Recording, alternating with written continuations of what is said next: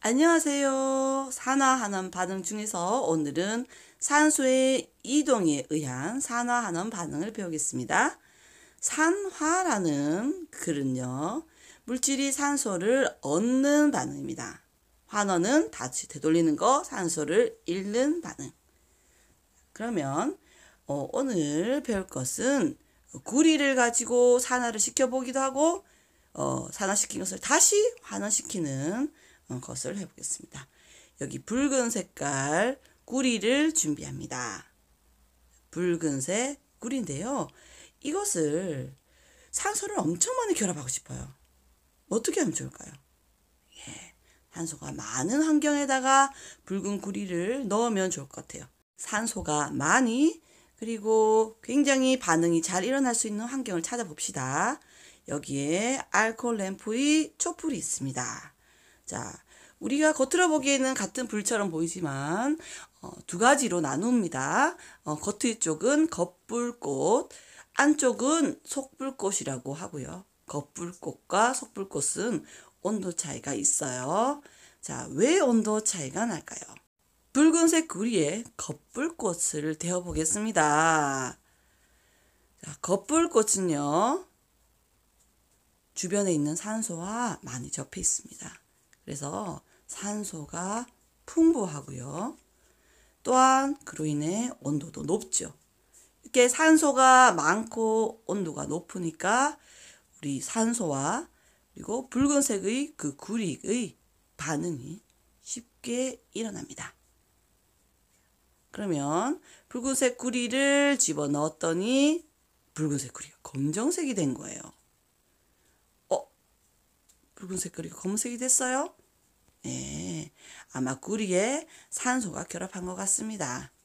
그래서 이 부분은 검은색 산화구리라는 이름을 지었습니다. 산화구리 2라고 지었습니다. 자, 붉은색 구리에 산소가 결합해서 이름을 산화구리라고 지었고요. 반응식을 요약해 볼까요? 구리와 산소가 만났을 때 산화구리 2가 되었다. 자, 화학식을 적어보면 Cu, 산소는 O2 분자로 존재하고요. 산화구리는 CuO입니다. 반응 전과 반응 후에 원자가 사라지거나 없어지지 않죠? 숫자를 맞춰주면 Cu가 1개, O가 2개. 여긴 O가 1개죠? 그러면 앞에 CuO를 보존하고 2를 붙여주고요. 그리고 구리는 다시 2개로 같이 맞추어줍니다. 자, 그림을 그려보겠습니다. 붉은 색깔 구리 원자가 2개 있다고 보면요. 자, 여기에 산소 분자는 O가 2개로 같이 붙어 있으니까 O가 2개고요. 서로 1개 1개씩 결합했다고 하면 산소 하나, 구리 하나씩 해서 산화구리가 이렇게 2개가 됩니다. 그러면 지금 개수랑 서로 반응한 모습이 보입니다. 자, 이렇게 구리 산화를 알아봤는데요. 구리와 산소 중에 누가 산소를 얻게 됐어요? 예, 구리가 산소를 얻게 됐죠. 그래서 산소를 얻었다고 하고요. 이렇게 물질이 산소를 얻는 반응을 산화라고 합니다. 네. 자, 그럼 여기서 한 가지 요약을 한번 해볼까요? 자, 이 반응에서 산화되는 물질은 누굴까요? 산화되는 물질은 구리입니다. Cu요. 그리고 이 반응에서 산화제는 무엇일까요? 다른 것을 산화시키는 물질인 산화제는 산소입니다. 산소가 구리를 산화시켰죠.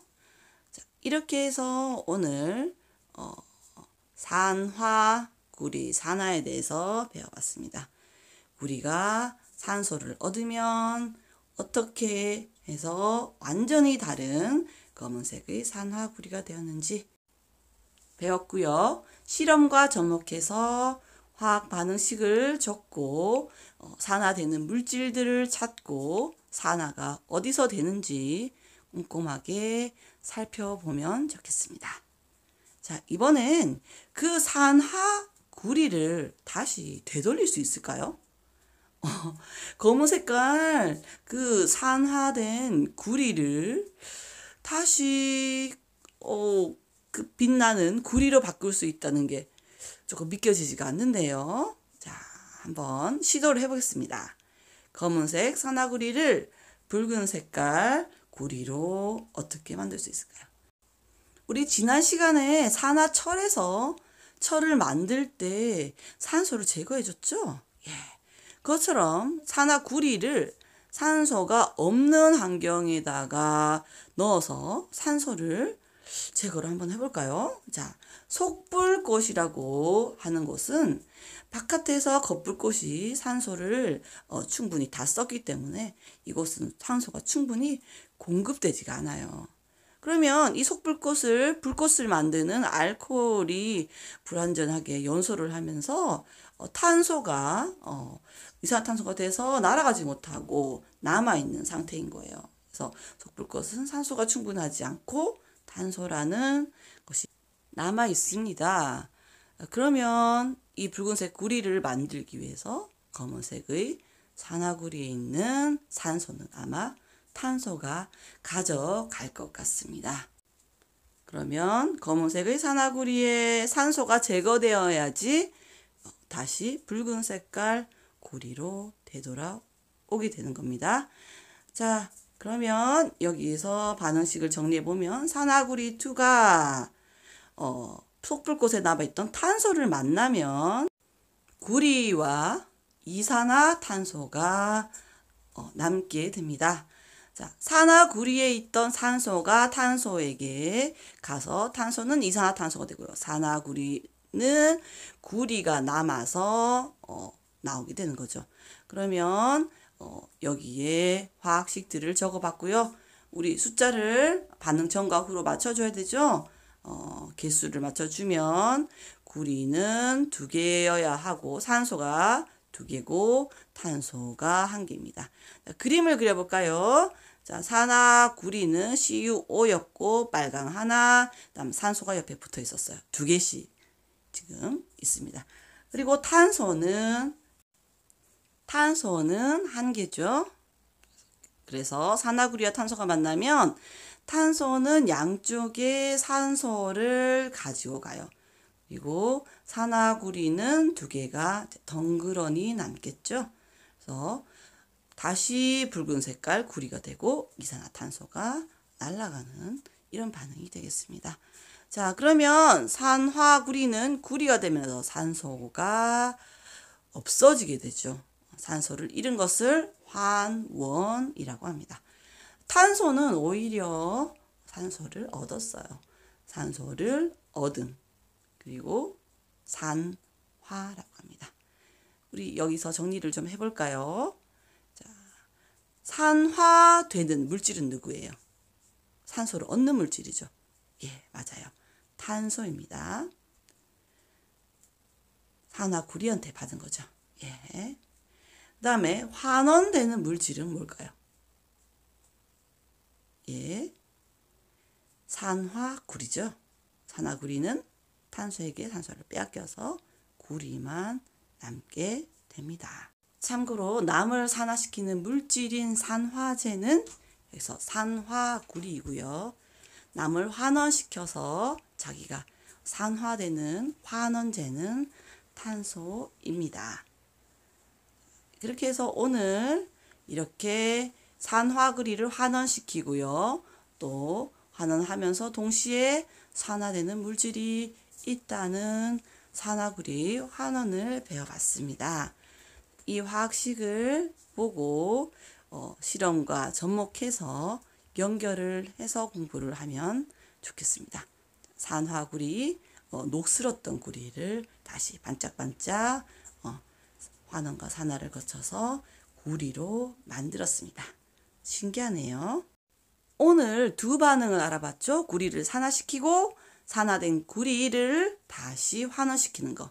근데 이 반응들에서 전부 다 보면 산화와 환원이 동시에 일어나는 것을 알 수가 있습니다. 무언가를 준 곳이 있다면 그것을 얻는 것도 있겠죠. 네, 그렇게 생각하면 동시에 일어나는 것을 알 수 있고요.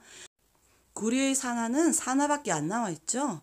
하지만 좀 더 깊이 공부를 하면 이것도 역시 산화와 한원이 조금 다른 넓은 개념으로 존재하는 것을 알 수 있어요. 그럼 간단하게 이것을 실험으로 한번 살펴볼게요. 산화구리를 만들어 보고 또 되돌려 보겠습니다. 알코올 램프와 구리 막대, 철막대가 있는데요. 우리는 구리 막대만 확인할게요. 일단 불을 피우고요. 구리 끝을, 붉은색 구리 끝을 거풀꽃에 댑니다. 거풀꽃은 산소가 굉장히 많고 온도가 뜨겁댔죠. 지금쯤 구리와 산소가 엄청 많이 결합하고 있겠습니다. 자, 관찰을 한번 해볼까요? 붉은 구리가 검은색 산화구리로 바뀐 게 보이나요? 재밌죠? 이번엔 거꾸로 다시 산화구리를 속불꽃 끝에 대어 보겠습니다. 속불꽃입니다. 산소가 많이 없고 탄소가 기다리고 있다고 했죠? 그러면 과연 어떤 일이 일어날까요? 산화구리였던 검정색 끝부분이 다시 붉은색 구리로 되돌아갔습니다. 그리고 속불꽃을 못 만난 산화구리는 검은색으로 계속 남아있죠. 그리고 양쪽을 다 해봤어요. 짜잔! 그냥 재미로 한번 해봤습니다. 구리 부분과 산화구리를 찾아보세요. 자, 마지막으로 짧게 철의 산화를 가겠습니다. 우리 철도 산화시키는 거 이전 시간에 배웠었죠? 철은 항상 주변에 산소가 결합을 하기 때문에 자연 상태에서 산화철의 형태로 존재한다고 했는데요. 이때 수분이 같이 결합하면 훨씬 더 산화철을 만드는 것을 도와줍니다. 그래서 철이 산소와 결합한 상태를 산화철이라고 하고 붉은 녹이라고도 하고요. 그 다음에 부식되었다고도 합니다. 근데 우리 생활에서 너무 잘 사용하는 이 철을 늘 산소와 만나게 하면 아마 불편할 것 같습니다. 그래서 철의 산화를 우리 실생활에서 방지하는 여러 가지 방법들을 쓰고 있는데요. 일단 산소가 철에 결합하는 것을 막아주면 될 것 같아요. 자, 예를 들면 철의 표면에 기름칠을 한다든지 아니면 페인트 칠을 한다든지 이렇게 하면 철이 그대로 표면에 드러나는 것을 막을 수 있을 거고요.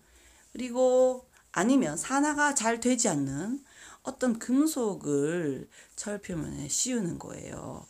이걸 도금이라고도 하는데요.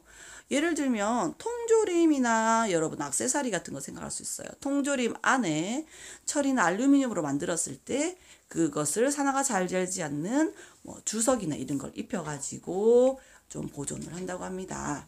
자, 이렇게 이런 얘들은 철과 산소가 접촉을 하는 것을 막게 됩니다. 자, 이렇게 산화와 한원을 배우면서 좀 더 일상생활에서 현명하게 금속을 이용할 수 있는 방법을 우리는 오늘 배웠습니다. 안녕, 화이팅!